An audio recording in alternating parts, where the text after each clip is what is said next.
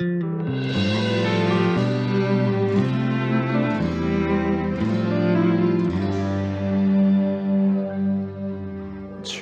말씀하시면 내가 나가리다. 할렐루야, 성도 여러분 반갑습니다. 김 목사와 함께하는 성경 이야기, 오늘은 7번째 시간입니다. 오늘은 성막에서 어떻게 하나님을 만날 것인가에 대한 이야기를 하려고 합니다.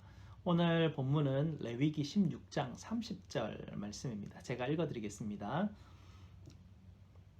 이 날에 너희를 위하여 속죄하여 너희를 정결하게 하리니 너희의 모든 죄에서 너희가 여호와 앞에 정결하리라. 아멘. 2주 전에 우리가 성막에 대해서 공부하였는데요. 그때 이 이스라엘의 성막과 애굽의 신전을 비교했었습니다. 비교해보니까 이스라엘의 성막이 굉장히 초라하다는 것을 우리가 알게 되었죠. 오늘은 제사장에 대해서 비교를 한번 해보려고 하는데요. 사실 애굽에서 이스라엘 백성들이 보아왔던 제사장의 모습, 실로 대단한 것이었습니다. 웅장한 그 신전에 머물면서 부귀와 명예와 권력을 가진 신과 같은 존재였었거든요. 당시 이집트 경작지의 6분의 1이 신전의 소유였다고 하니 실로 이 제사장들이 누리는 혜택과 권력은 정말 막강했었습니다.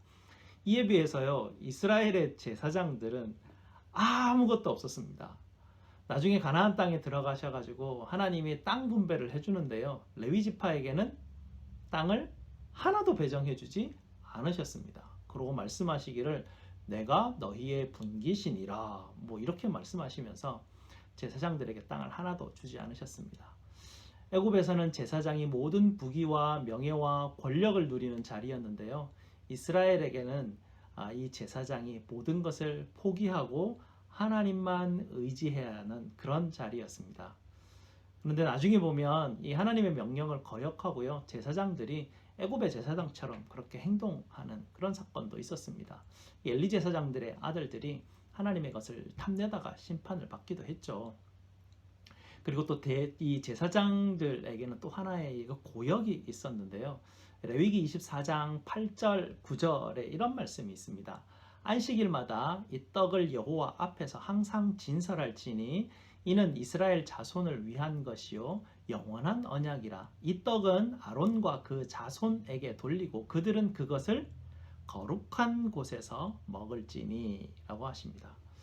우리 교회도 교회에서 잔치를 벌이면 떡을 찌는데요, 보통 2-3판 정도 찝니다. 이런 떡을 12판 정도를 만들어서 매주 안식일마다 성소 안에 떡상에 이렇게 진설하에 이렇게 올려놓게 됩니다. 당시 제사장은 3명 있었는데요, 아론과 그의 2 아들이었습니다. 이렇게 3명은 안식일이 지나면서 12덩이의 이 떡을 다 먹어야 했습니다. 두고두고 먹을 수 있는 것이 아니었고요, 성소 안에서 이렇게 장소가 지정이 되어 있습니다. 성소 안에서 이 떡을 다 먹어야 되었습니다. 일주일간 덥고 답답한 곳에서 묵은 떡이라서요, 딱딱하고 맛이 없었을 것 같아요. 우리도 며칠 묵은 음식 맛이 없잖아요. 이에 비해서 이집트의 제사장들은요, 화려한 신전에서 최고의 요리사들이 만든 맛있는 음식을 즐겼습니다. 여기에 비교해보면 이스라엘의 제사장들은 먹는 것조차 굉장히 힘든 일을 하는 그런 위치였죠. 이렇게 하나님은 제사장들을 가장 낮은 곳에 있도록 하셨습니다. 그리고 이렇게 가장 낮은 곳에 하나님이 그들과 함께 하신다는 것을 항상 보여주셨죠. 나중에 예수님께서 이렇게 낮은 곳까지 오시는 모습을 또 이 제사장들을 통해서 보여주시기를 아마 원하실 것 같습니다. 오늘 말씀은 이 모세오경에서 가장 가운데 있는 핵심 구절입니다. 성막을 봉헌한 후에 이 하나님께서 이스라엘 백성들과 함께 이제 거하시지 않으십니까? 이렇게 거룩하신 하나님께서 광야에서 살아가는 백성들과 함께 하시게 되는데요. 이때 백성들이 가지게 되는 질문입니다. 성막에 계시는 거하시는 하나님께 어떻게 나아가 만날 것인가? 이것이 그들에게 굉장히 중요한 질문이었습니다. 왜냐하면 하나님 앞에 잘못 나아가면 하나님의 그 거룩하심 때문에 죽을 수밖에 없기 때문에 그랬죠. 그래서 하나님 앞에 나아가려면 반드시 정결하게 되는 것이 필수였습니다. 그래서 하나님은 그들에게 의식을 하나 마련해 주셨는데요. 1년이 시작되는 날 대속죄일을 만들어 주셨습니다. 이 대속죄일에 대한 규정이 오늘 우리가 읽은 레위기 16장 전체에 나오게 되는데요. 이 날을 통해서 이스라엘 사람들은 하나님께서 이스라엘 사람들을 정결하게 해 주셨습니다. 이 대속죄일에 행해지는 이 정결에 대한 메커니즘을 우리가 이해하는 것이 굉장히 중요한데요. 이 이스라엘 백성들이 하나님과 함께하기 위해서 정결해야 되지 않습니까? 그러려면 이스라엘 백성들이 정결하게 되려면 그들에게 직접 짐승의 피를 뿌려야 될 것 같은데요.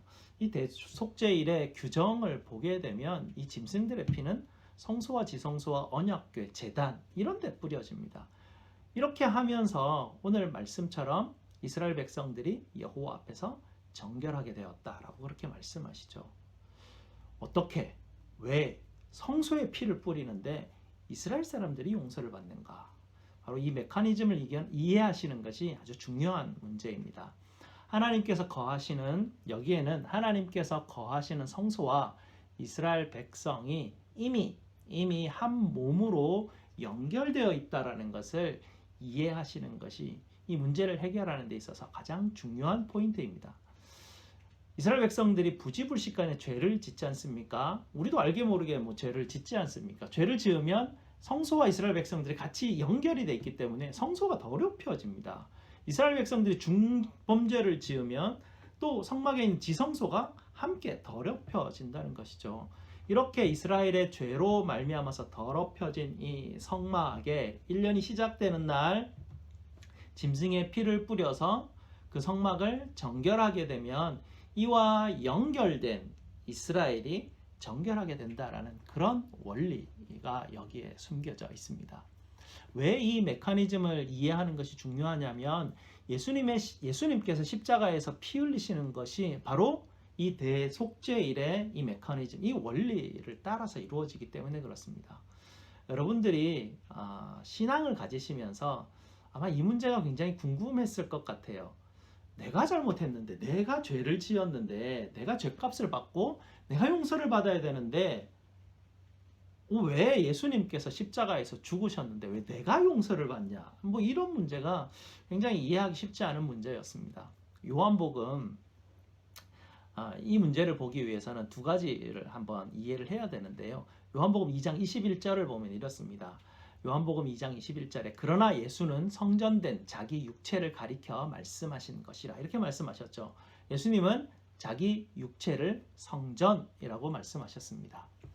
히브리서 4장 14절을 우리가 한번 보면 이렇게 되어 있습니다. 그러므로 우리에게 대제사장이 계시니 승천하시니 곧 하나님의 아들 예수시라. 여기에 보면 예수님이 대제사장이라 이렇게 기록이 되어 있습니다. 하나님께서는 레위기 16장에서 정결하게 되는 원리를 마련해 주시고요. 또 대제사장 되시는 우리 예수님이 대제사장 아니십니까? 대제사장 되시는 예수님께서 또 성전된 자기 몸을 찢으시고 피를 흘리셔서 성전을 정결하게 하셨습니다. 그러면 그 성전 되신 예수님과 연결된 성도들, 성전 되신 예수님과 연결되어 하나님께서 거하실 성전으로 함께 지어져가는 성도들이 같이 정결하게 되는 원리가 여기에 바로 이미 레위기 16장에서 우리에게 알려주고 있습니다.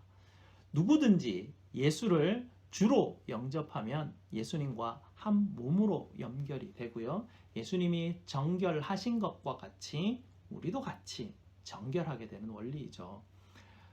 구약에서는요, 짐승의 피를 통해서도 이렇게 정결하게 하셨다면 비교할 수 없는 보배로우신 예수 그리스도의 피를 통하여서 정결하게 하신 것, 이것은 얼마나 우리를 정결케 하시는 것이겠습니까? 히브리서 10장 10절이 이렇게 말씀하십니다. 이 뜻에 따라 예수 그리스도의 몸을 단번에 들이심으로 말미암아 우리가 거룩함을 얻었노라. 예수님이 몸을 단번에 들이심으로 누가 거룩하게 됩니까? 우리가 거룩함을 얻었노라 라는 이 원리가 레위기 16장에서부터 계속해서 이어지는 것입니다. 그리고 히브리서 10장에 계속해서 이어지는 19절, 22절 말씀에 이렇게 되어 있죠. 그러므로 형제들아 우리가 예수의 피를 힘입어 성소에 들어갈 담력을 얻었나니 그 길은 우리를 위하여 휘장 가운데로 열어놓으신 새로운 살 길이요 휘장은 곧 그의 육체니라. 참 마음과 온전한 믿음으로 하나님께 나아가자 이렇게 선언하십니다.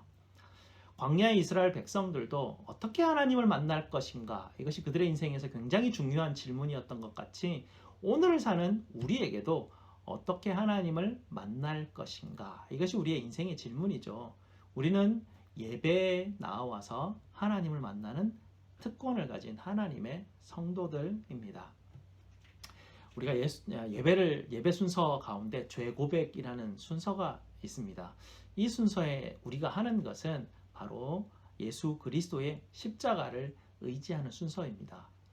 그리스도의 십자가의 은혜와 사랑을 믿음으로 붙들고 하나님의 부르심 앞에 담대히 나아가는 순서가 죄의 고백의 순서입니다. 그냥 단순히 한 주일 일주일 동안 어떤 윤리적인 도덕적인 죄를 지었으니까 양심의 가책을 받아서 용서해 주십시오 이게 아니라 십자가에서 흘리신 예수 그리스도의 그 정결케 하심이 우리를 거룩하게 하심을 믿고 신뢰함으로 주님 나에게 주신 이 은혜가 너무나 감사합니다 라는 그 고백을 가지고 죄 고백의 시간을 가지고 하나님 앞에 나아가는 것이죠. 그래서 감히 죄인이 거룩하신 하나님을 배우는 특권을 누리는 시간을 우리가 가지게 되는 것입니다.